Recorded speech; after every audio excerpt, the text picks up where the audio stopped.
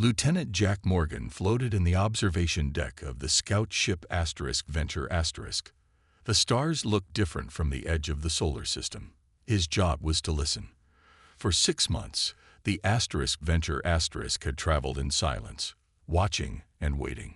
Jack liked the quiet. After 10 years in the United Earth Navy, he preferred machines to people. The alert sounded at 300 hours. Jack was the only one awake. Movement detected, the ship's computer announced. Multiple objects approaching from Sector 7. Jack pressed the general alarm.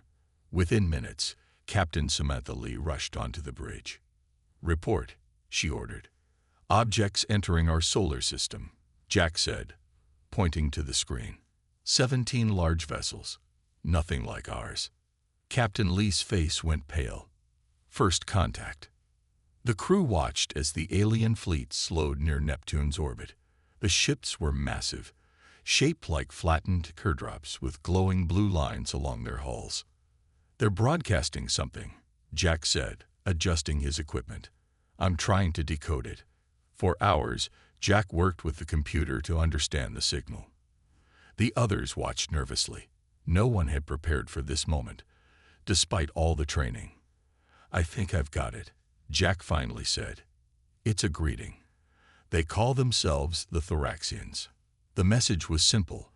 "We come in peace. We wish to meet Earth's leaders. We bring knowledge and friendship." Captain Lee contacted Earth immediately. "United Earth Command. This is Venture *. We have made contact with an alien species. Request instructions." Back on Earth, Dr. Olivia Wright couldn't sleep. The Deep Space Observatory in Arizona had been showing strange patterns for months. Tiny anomalies in the data. Things that shouldn't be there. Olivia stared at her computer screen. The patterns suggested someone had been watching Earth. Not for days or weeks, but for decades. Her phone rang at 4:17 a.m. "Dr. Wright," said the voice on the other end. "This is General Martinez from United Earth Command. We need you in Washington immediately." 24 hours later, Olivia sat in a room with the world's top scientists and military leaders. On the main screen was a live feed from the Venture *. "The aliens want to meet," General Martinez explained. "They're sending a representative to Earth. We need to understand their technology and intentions." "That's where you come in, Dr. Wright." Olivia raised her hand. "Sir, I've been tracking unusual signals for months. Whatever these aliens are, they've been studying us for a long time before showing themselves." The room grew quiet. "That information stays in this room," Martinez ordered. 3 days later, the world watched as a small Thoraxian ship landed in the neutral territory of Antarctica. From it emerged the alien ambassador called Speaker of Many. The Thoraxians looked like tall, thin humanoids with iridescent blue skin. They had 4 arms and large, compound eyes that reflected light like prisms. Speaker of Many wore what appeared to be ceremonial robes with intricate patterns. "We bring greetings from the Galactic Coalition," the alien said through a translation device. "Your species has reached a level of development worthy of contact. We offer technology, medicine, and protection." The United Earth government celebrated the contact. News channels showed people cheering in the streets. Religious leaders called it a blessing. Business leaders anticipated new technologies. Commander Alan Kelly watched from the sidelines. As head of naval intelligence, he was responsible for analyzing potential threats. Something about the Thoraxians bothered him. "Their translation is too perfect," he told his assistant. "They understand not just our words but our cultural references.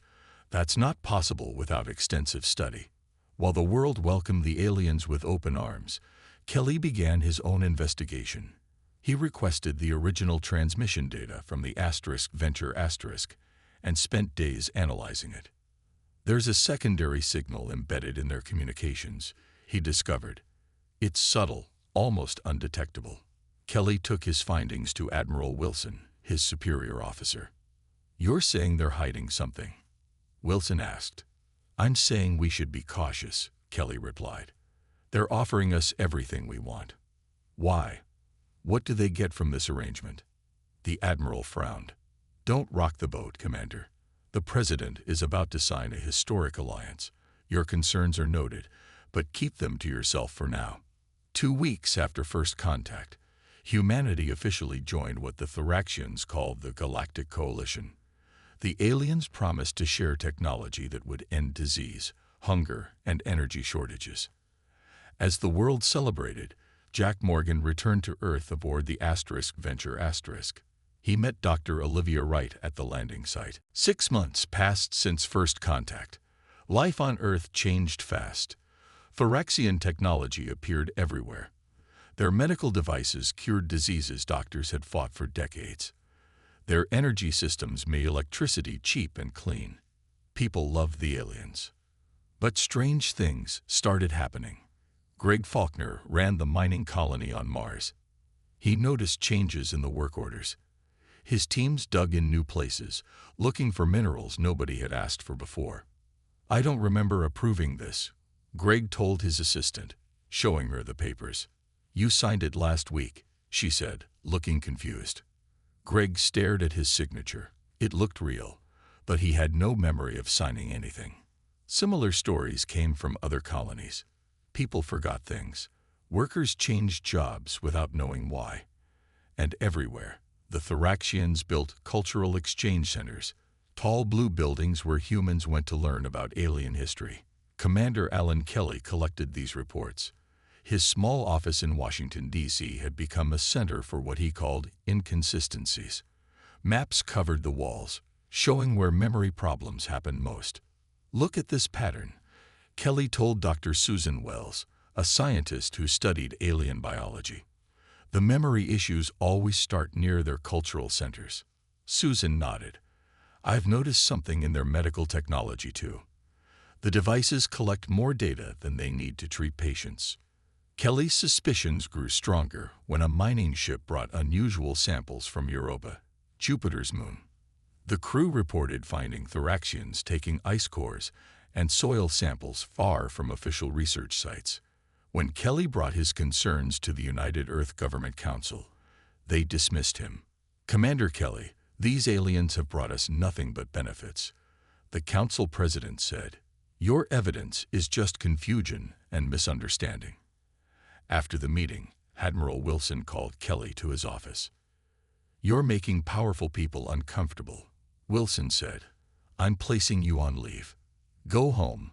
Take a break. Kelly knew what this meant. They wanted him quiet. That night, Kelly met Jack Morgan at a small restaurant outside the city. Both men chose seats facing the door. They're taking my security clearance tomorrow, Kelly said quietly. Jack nodded. I've been transferred to a desk job. No more communications work. What about Dr. Wright, the astrophysicist? Reassigned to a minor observatory in Alaska, Jack said. Anyone asking questions gets moved aside. Kelly leaned forward.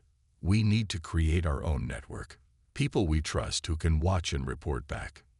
Meanwhile, on the Mars colony, Diane Harris worked as chief engineer. She noticed the Thoraxians bringing equipment into restricted areas. When she asked questions, her supervisor told her to focus on her own work. Late one night, Diane used her access codes to enter a Thoraxian facility. Inside, she found machines unlike anything she'd seen before.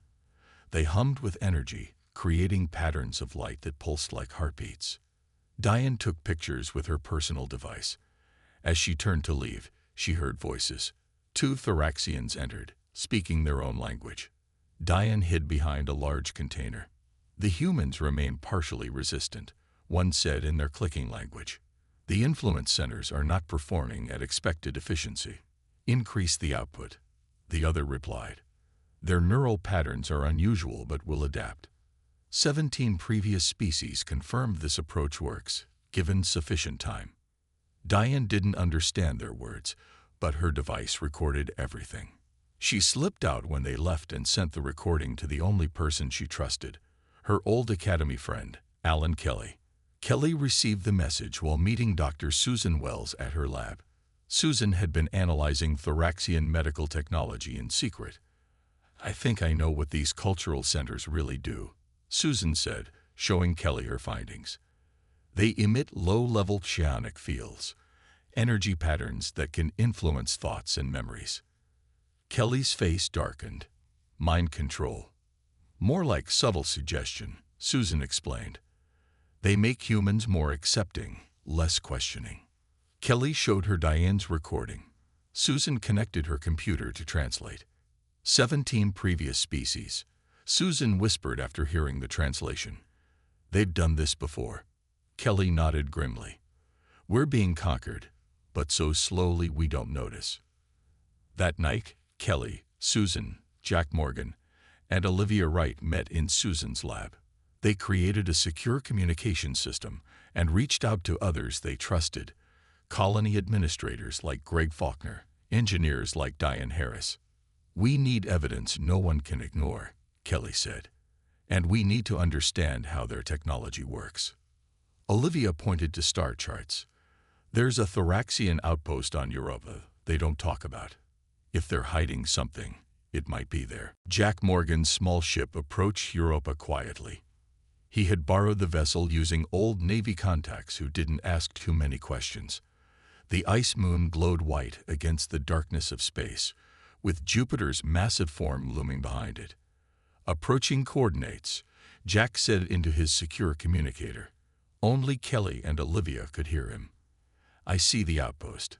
It's built into the ice. The Thoraxian base wasn't on any official maps. Jack landed his ship 3 miles away and put on his spacesuit. The walk across Europa's icy surface took nearly an hour. He moved carefully, using the ridges and cracks for cover. The base had minimal security. The Thoraxians didn't expect visitors this far from Earth. Jack used a device Susan had built to bypass the outer door lock. Inside, he found an airlock. After cycling through, he removed his helmet and looked around. The facility was empty. No guards, no workers. Only machines hummed quietly, processing data and samples. Jack connected Susan's device to a computer terminal. It began copying files while he explored. In a large room at the center of the base, Jack found what looked like a library. The walls displayed moving images and text in the Thoraxian language. Susan's translator converted the words to English in Jack's earpiece. Historical archives, the translator said. Species subjugation records. Jack's heart raced. He had found exactly what they needed.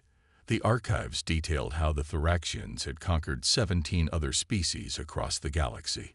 Each conquest followed the same pattern: peaceful contact, technology sharing, cultural centers, and then complete control. Most species require between 2 and 4 Earth years to fully integrate, the archive explained.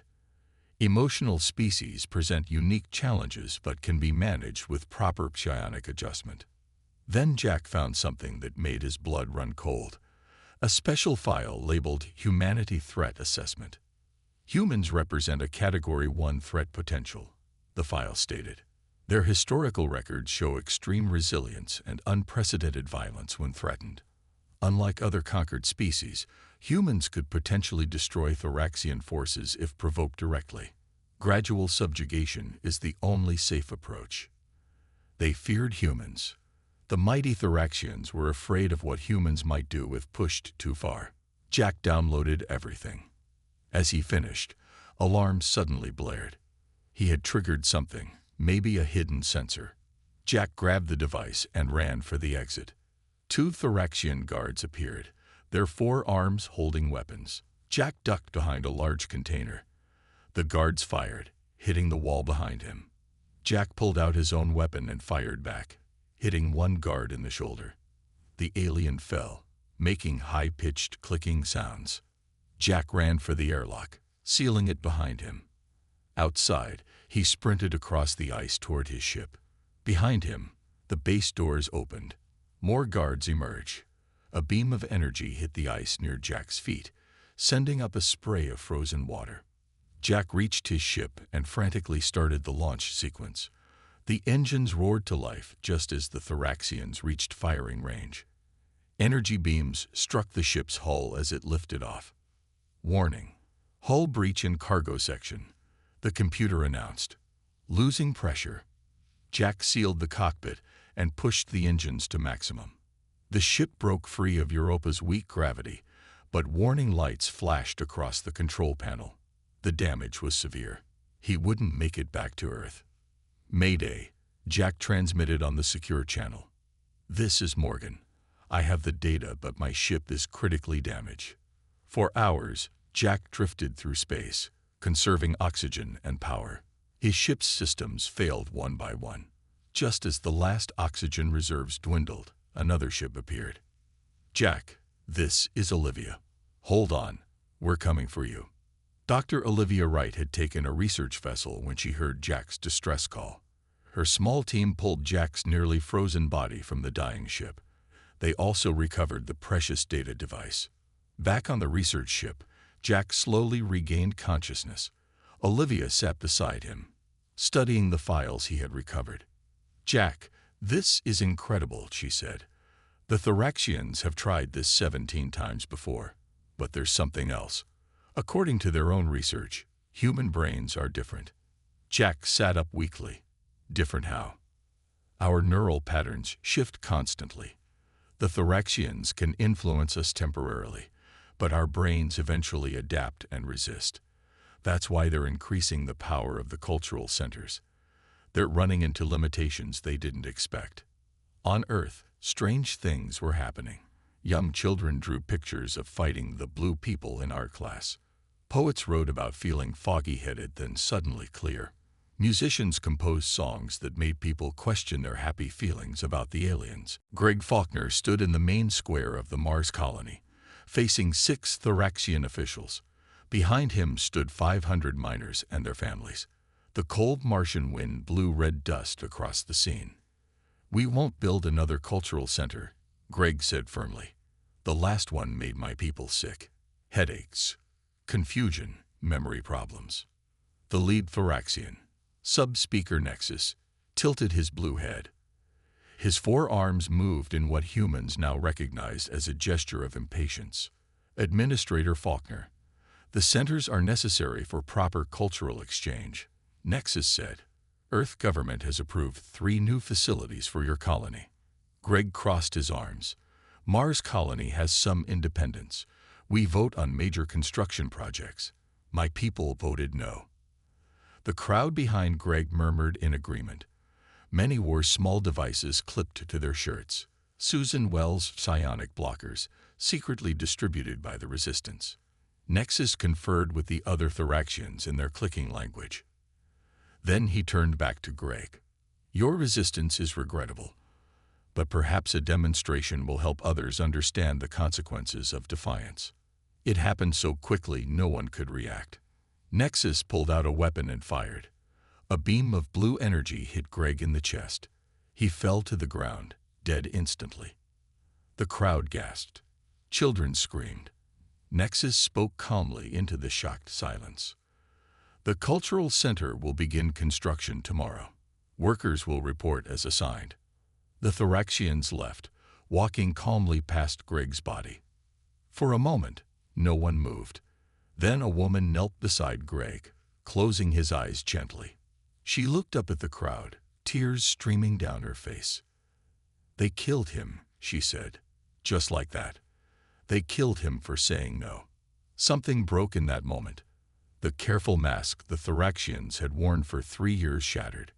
Across the square, people removed their psionic blockers, wanting others to see the truth. The news spread quickly through the colony. The blockers became symbols of resistance rather than secrets to hide.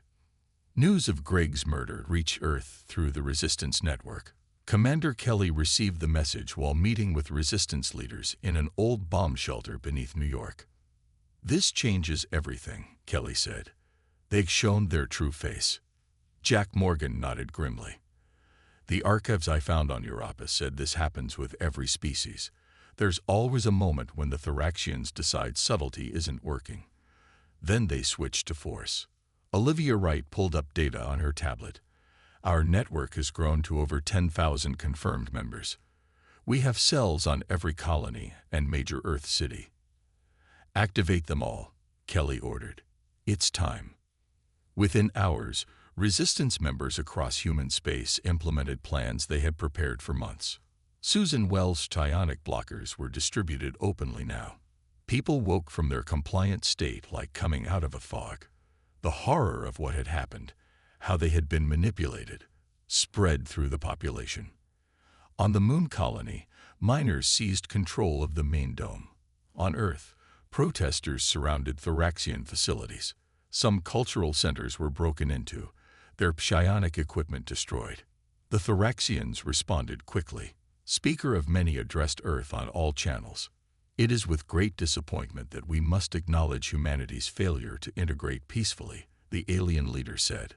Some humans have chosen violence and rejection of progress. For the safety of all, we must implement temporary security measures. Thoraxian ships appeared over major cities. Armed guards established checkpoints. People found with psionic blockers were taken to re-education centers. The pretense of friendship ended completely.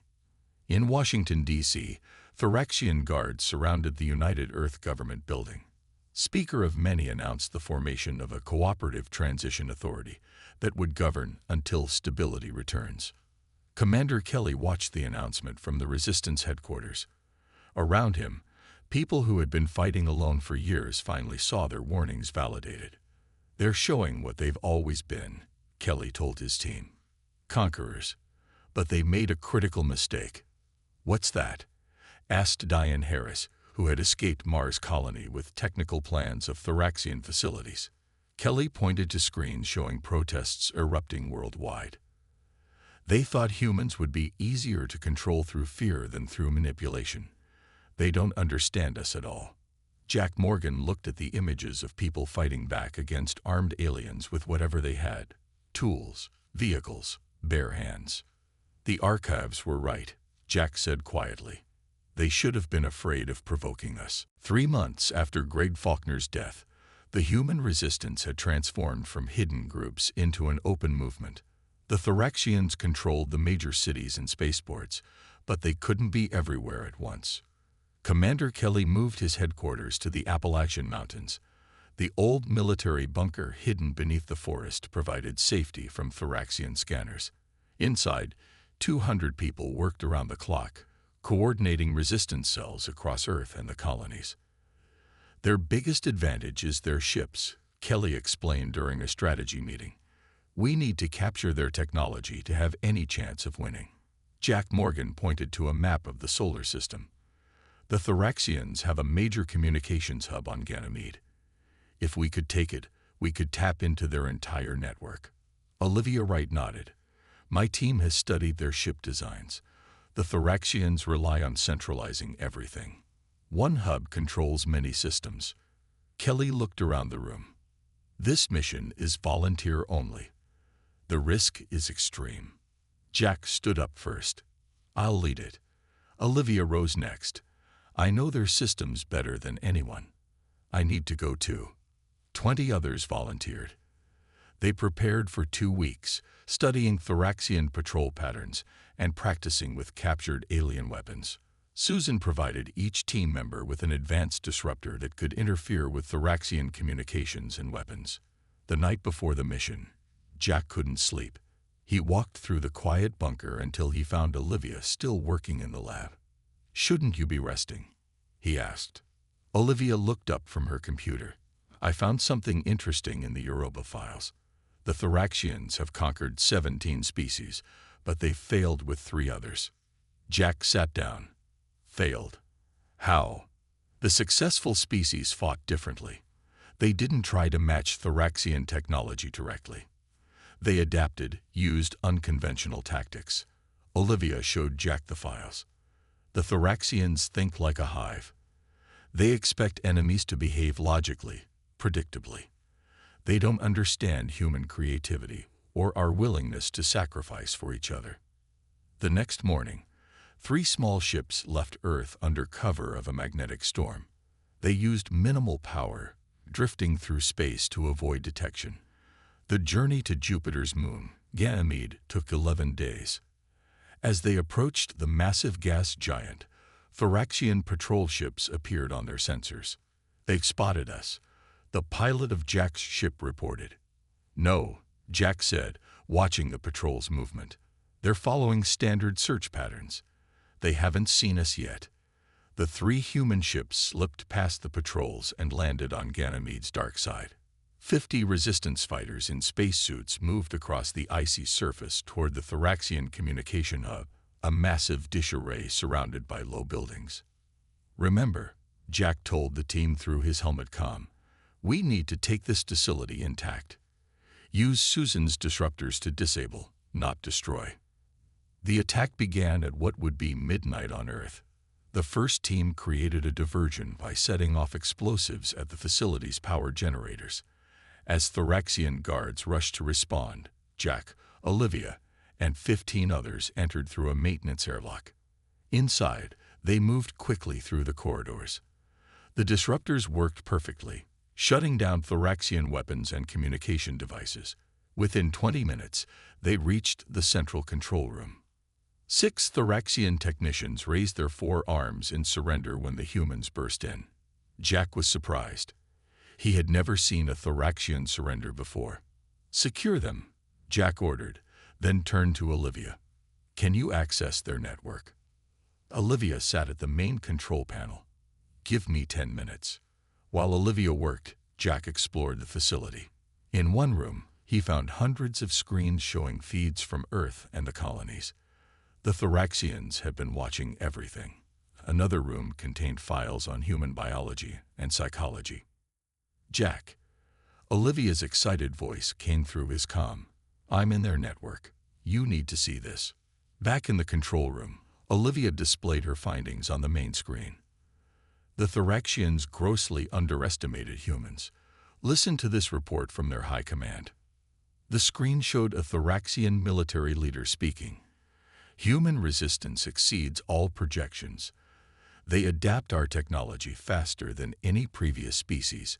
Most concerning, they display irrational behavior, sacrificing themselves for others, fighting against overwhelming odds, and employing tactics with no discernible logic. Standard suppression protocols are failing." "There's more," Olivia said. "I've accessed their ship control systems. I can lock out the commands for 30% of their fleet." For the first time since the occupation began, Jack allowed himself to feel real hope. "Send." The Thoraxian High Command sent reinforcements to Earth. Hundreds of ships appeared in orbit, more than humans had ever seen before. Speaker of Many addressed the planet once again. "Your resistance is disappointing but expected," the alien leader said. "Other species have tried to fight. All have failed. Submit now, and your lives will be spared." Commander Kelly watched the broadcast from the war room in the Appalachian bunker.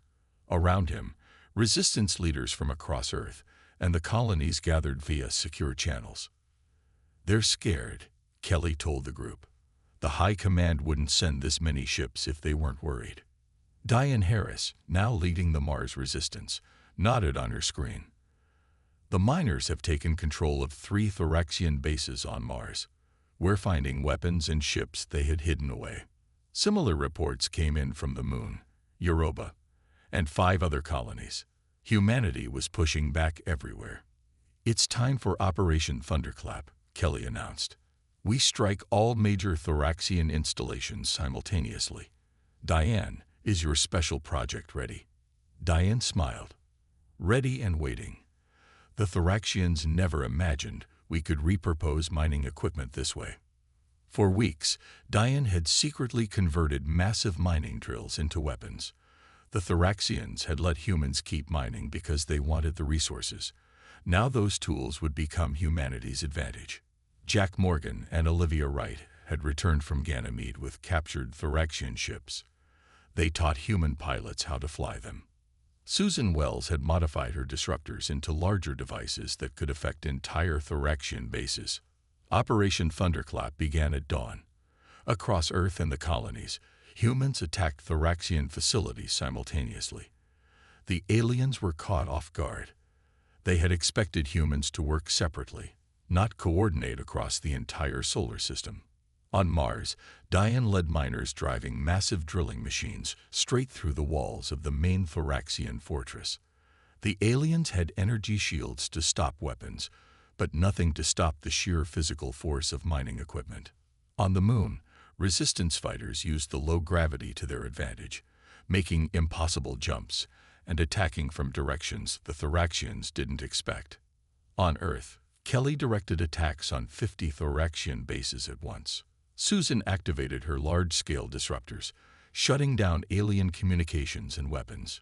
Humans poured into the bases, overwhelming the confused aliens.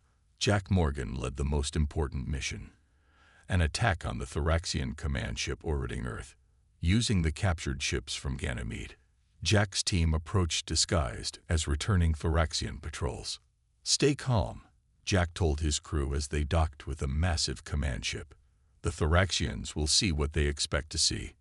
Jack's team boarded without raising alarms. They moved through the ship, using Susan's disruptors to disable security systems. When they reached the bridge, they found Speaker of Many directing the defense of Earth. The alien leader turned in shock as humans burst onto the bridge. His large compound eyes reflected the team's images like broken mirrors. "Impossible," Speaker of Many said. "Our models predicted a 0% chance of humans reaching this ship." "You never understood us," Jack replied. "That was your mistake." The fight for the bridge was fierce. Thoraxian guards protected their leader with all 4 arms wielding weapons. Jack's team suffered losses, but they kept pushing forward. Their determination shocked the aliens, who expected humans to retreat when facing superior numbers.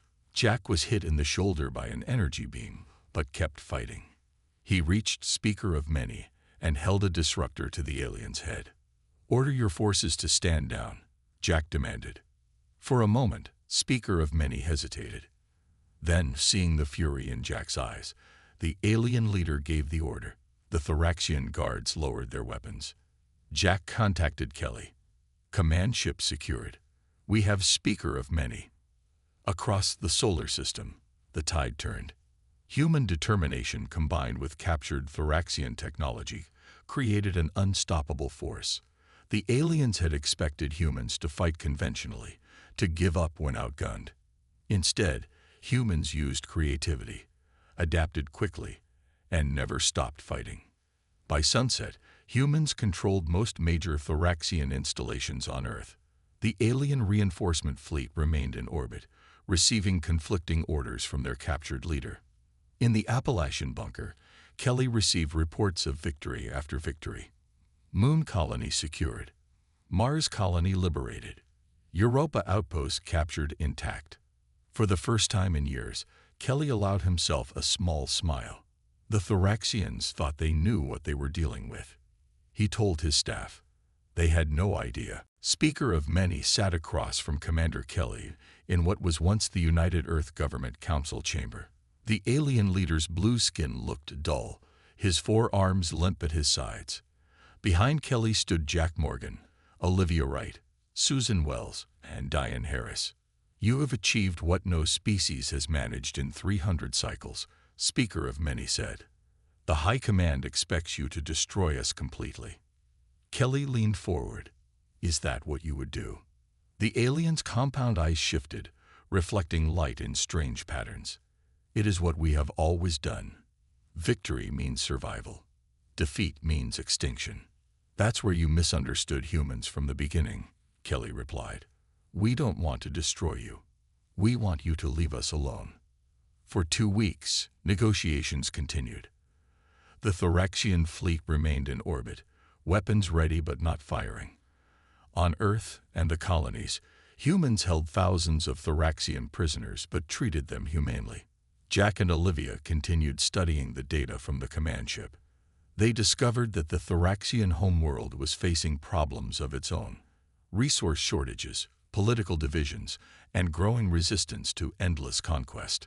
"They're not as united as they pretend to be," Jack told Kelly. "Some Thoraxian scientists even argued against conquering Earth. They said we were too unpredictable, too dangerous." Kelly nodded. "That gives us leverage." The final agreement came on a sunny spring morning. Kelly presented the terms to Speaker of Many. All Thoraxian forces will withdraw from the solar system. You will pay reparations in the form of technology, medical devices, clean energy systems, and defense technology. And you will sign a permanent non-aggression treaty. Speaker of Many studied the document. Your terms are unexpected. The High Command predicted demands for territory, slaves, or our complete surrender. We're not like you, Kelly said simply. The withdrawal began the next day. Thoraxian ships departed Earth orbit in groups. The cultural centers were dismantled, their psionic technology destroyed. Within a month, the last alien ships disappeared beyond Pluto's orbit. 6 months later, the first human ships equipped with modified Thoraxian engines reached Alpha Centauri. Humanity began expanding into the stars, stronger and more united than ever before. 10 years passed. Earth and its colonies flourished with new technology and a shared sense of purpose. Olivia Wright led a scientific institute dedicated to understanding and defending against psionic technologies. Jack Morgan headed a new space exploration agency. Commander Kelly became Admiral Kelly, leading Earth's defense forces. On a distant world called Thorax Prime, Speaker of Many met with the Thoraxian Council of Historians. Young Thoraxians gathered to hear his lecture. Humans remain the only species to successfully repel our conquest. Speaker of Many explained. Our mistake was fundamental. We studied their weapons, their technology, their resources, but we failed to understand their nature.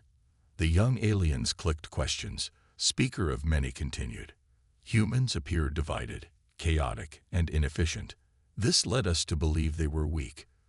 We did not recognize that their diversity is their strength. When threatened, humans unite. Their chaotic nature makes them unpredictable. Their emotions, which we saw as weakness, give them strength beyond logical measure. One young Thoraxian raised a hand. Would humans attack us now that they have our technology? Speaker of Many's 4 arms made a gesture of negation. That is the final paradox of humans. They are capable of terrible violence when threatened, yet show unexpected mercy in victory. They could have destroyed us, yet chose peace with reasonable terms.